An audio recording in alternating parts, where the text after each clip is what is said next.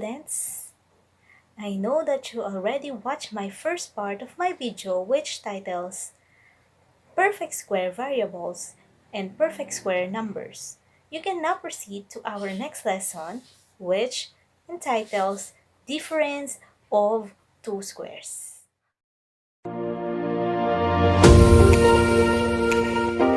To fully understand my lesson for today, you should watch my first part of my video which titles Perfect Square Variables and Numbers. If you already watched it, you can now proceed in our lesson which titles Difference of Two Squares. This is another type of factoring aside from factoring polynomials with common monomial factor.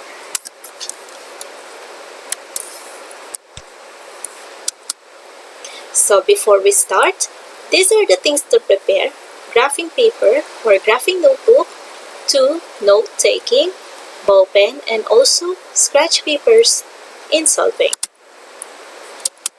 So let's begin. So this will be the difference of two squares. So these are the formula or the style of having a difference of two squares. So pag sinabing difference, ang operation niya is subtraction.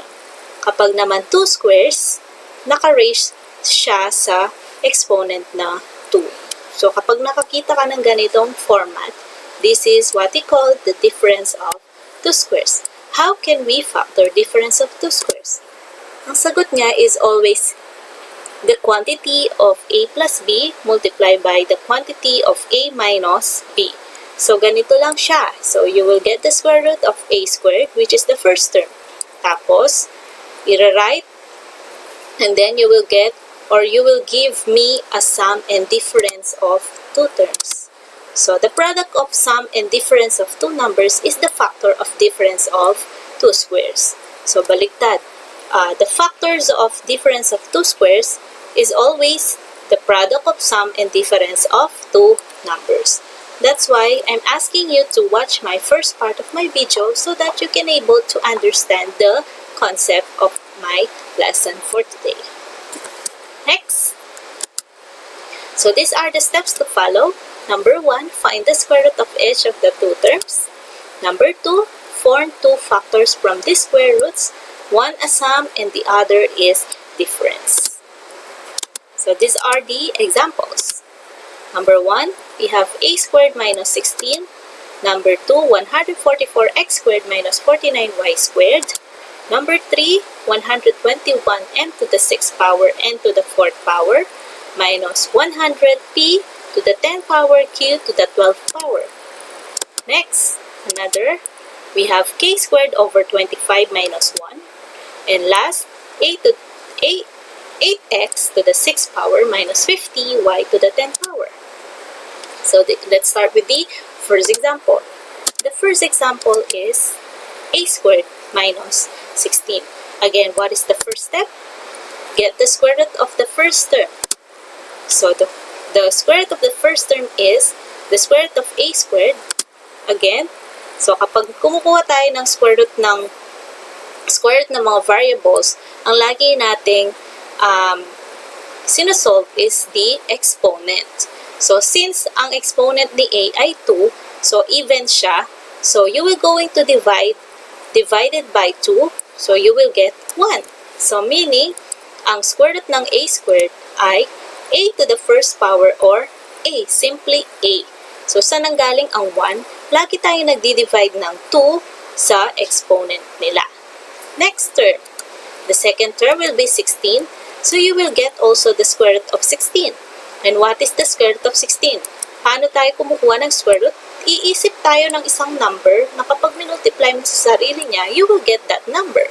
So, 4. So, the square root of 16 is 4. Bakit? Kasi 4 times 4 is equal to 16. That's why the square root of 16 is 4.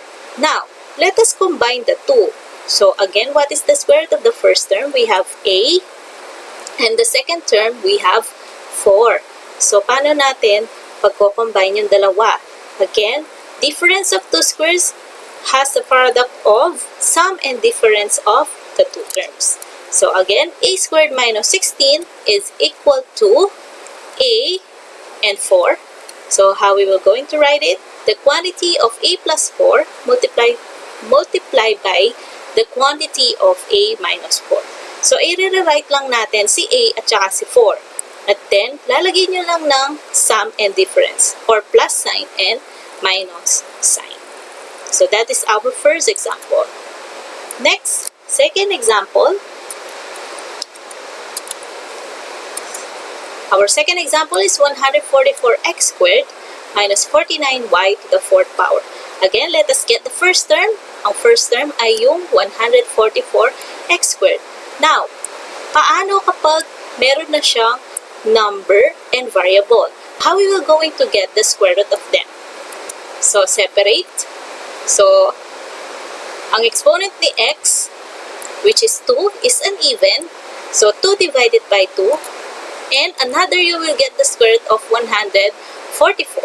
And what is the square root of 144? 12. Kasi 12 times 12, you will get 144. Now, the answer is 12x to the first power or 12x. Bakit 12? Kasi yun ang square root ng 144. Bakit x na lang? Kasi the square root of x squared is x. Next, how about the second term? Alin dyan ang second term? We have 49y to the fourth power. Again, let us divide 2 by 4. So, 4 divided by 2, you will get 2. So, ang exponent na lang ng y is 2 kapag kinuha natin ang square root ng y to the 4. How about the square root of 49? We have 7. Kasi 7 times 7, you get 49.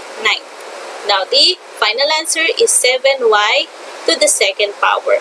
Bakit y to the second power? Bakit 2 na lang ang exponent ni y? Kasi dinivide natin sa dalawa, dinivide natin sa 2. That's why 7y squared. Now, the final answer now is, again, what is the square root of the first term? We have 12x. And the square root of the second term, we have 7y squared.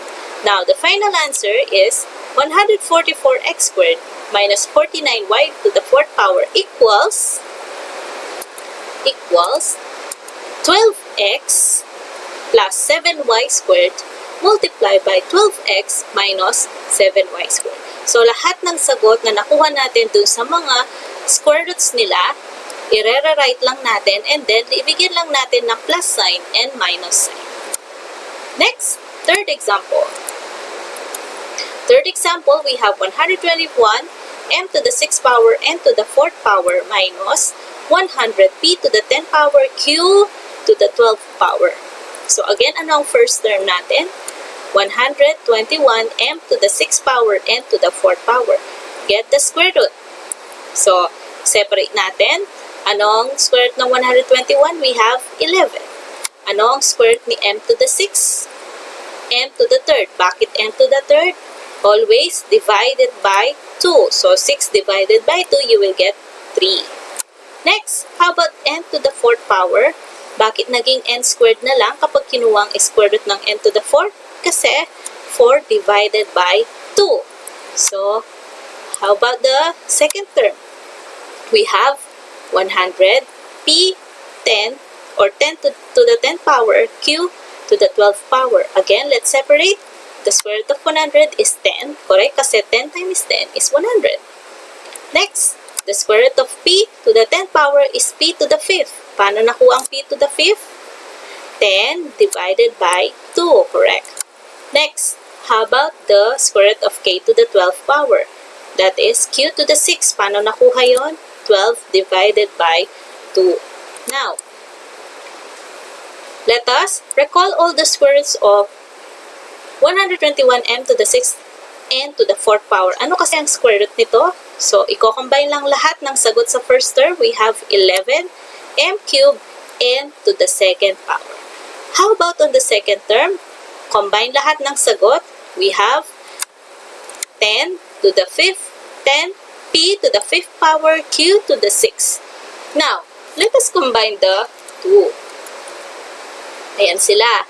So, ang first term, ang kanyang square root ay 11m to the third power n to the second power. At saka yung second term, we have 10p to the fifth power q to the sixth power. Now, how we will going to finalize our answer? So, again, 121m to the sixth power n to the fourth power minus 100p to the 10th power q to the 12th power. I-write lang ang dalawang sagot sa first term and second term. 11m to the third power n to the second power plus 10p to the fifth power q to the sixth, and another, kopyahin ulit, and then lagyan lang ng minus sign. So, you have already an answer. Sum and difference of terms.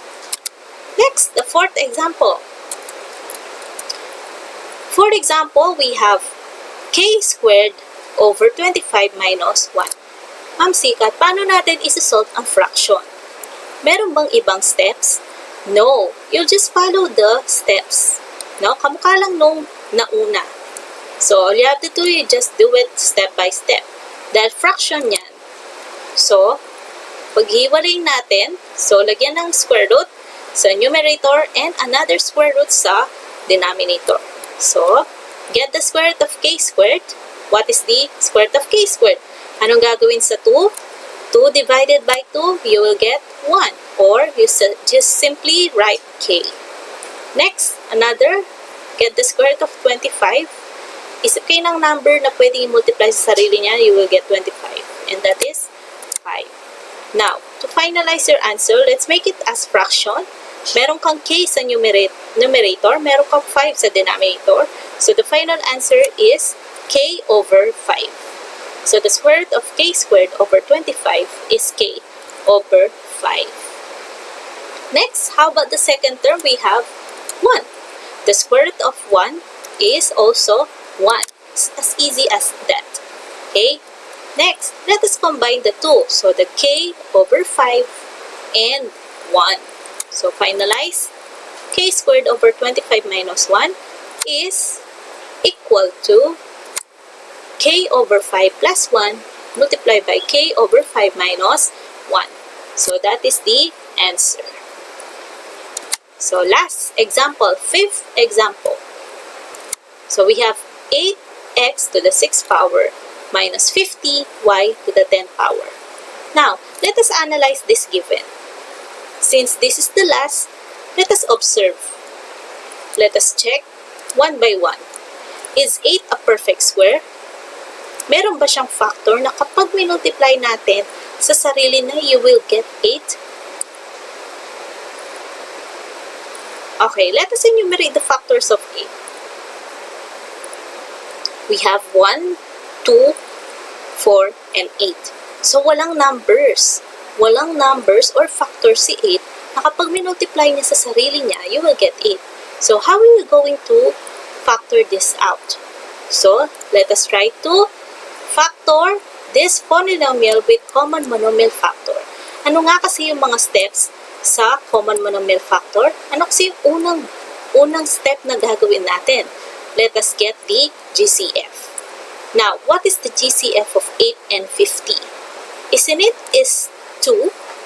Kasi parehas na pwedeng i-divide si 2 sa 8 and 50. Hindi pwedeng 10. Kasi hindi mo madidivide si 10 kay 8. So, ang kanilang greatest common factor is only 2. Now, let us divide 2 by 8. So, 8 divided by 2, you will get 4. And then, bring down x to the 6th power. Kasi wala namang x, nakatabi si 2. And then, rewrite minus 50 divided by 2, you will get 25. And, bring down y to the 10th power. Kasi wala namang y si 2. So, that is the common monomial factor. Now, let us try to observe now the final answer. We have 2 multiplied by 4, x to the 6th power minus 25, y to the 10th. Can we use now the concept of difference of two squares? Is it yes or no? Yes, we can now use the concept. Why? Kasi ang 4 ay perfect square na. Ang 25 perfect square na rin. So, we can use it now. So, the first term now will become the square root of 4x to the 6. But, let us separate the two. So get the square root of 4, we have 2. Square root of x to the 6, we have x to the third power. Now, the final answer for the square root of 4x to the 6 is 2x cubed, or 2x to the third power. Next, the second term, we have 25y to the 10th power. Let's get the square root. The square root of 25, we have 5. And then the square root of y to the 10th power is y to the 5th. Paano naging y to the 5th? 10 divided by 2. So, hahatiin natin sa dalawa si 10 at magiging siyang 5. That's why the final answer for the square root of 25y to the 10th power is 5y to the 5th. So, pagsasamahin lang lahat ng answers. Now, let's proceed now to finalizing our answer. So, 8x to the 6 minus 50y10. So, don't forget to write the GCF2 kasi kasama siya. And then, kunin natin yung dalawang sagot, which is the 2x cubed and 5y to the 5th power. And then, rewrite it with plus sign and minus sign. Therefore, the final answer is 2. Multiply the quantity of 2x cubed plus 5y to the 5th power multiplied by 2x cubed minus 5y to the 5th power. So, do you have any questions? So, is 5 examples clear to you? So, kung meron tayong questions, pwede namang ulitin yung video and then try to glance it slowly so that you can solve it carefully. So, let's move to problem solving involving difference of two squares. Anyway, it's just one example. So, let us read the problem. 49 less than the square of a number equals 0. So, how can we translate this statement into mathematical equation?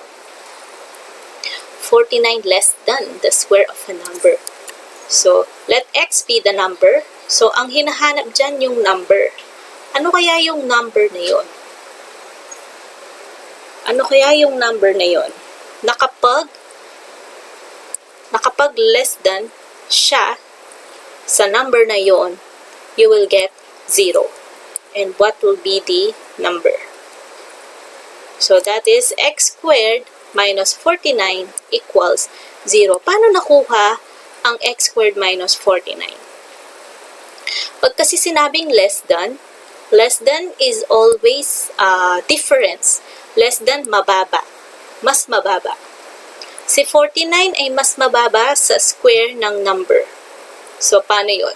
So, meaning, syempre, mas mataas si square of a number kaysa kay 49. So, we can write it as x squared minus 49 equals 0. Now, is difference of two squares applicable to this equation? Yes, it's applicable because ang first term natin is x squared. X squared, perfect square siya kasi meron siyang even exponent. Ang second term na 49 is also a perfect square kasi 49 has a factor na kapag minultiply sa sarili niya, you will get 49. So, let us factor it out. So, the square root of x squared is x, automatic. The square root of 49 is 7, correct. Now, how can we write the answer? Siyempre, pagsasamahin lang si x at 7 and write with plus and minus sign. So, the final answer is x plus 7 multiplied by x minus 7 equals 0. But, this is not the final answer. Hindi pa tayo dito natatapos. Bakit? Kasi, ang hinahanap natin ay yung value ng x, yung number. So, what are we going to do? Since yung dalawang parentheses ay naka-equate sa 0, paghihiwalayan natin sila. So, x plus 7 equals 0.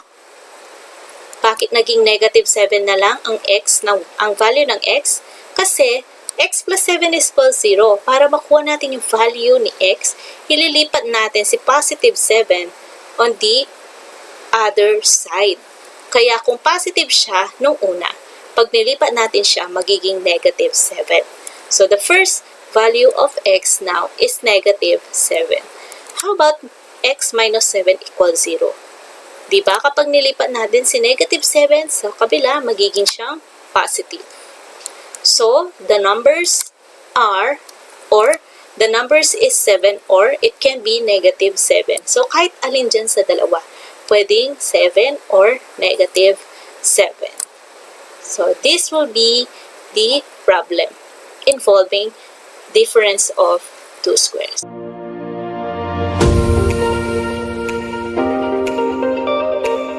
The activities. On your module, kindly answer activity 1, page 3, activity 2, page 4, activity 3, page 5, assessment card is page 5, 6, and enrichment card, it can be seen also on page 6. I hope you learned a lot from my video. Keep watching and stay tuned!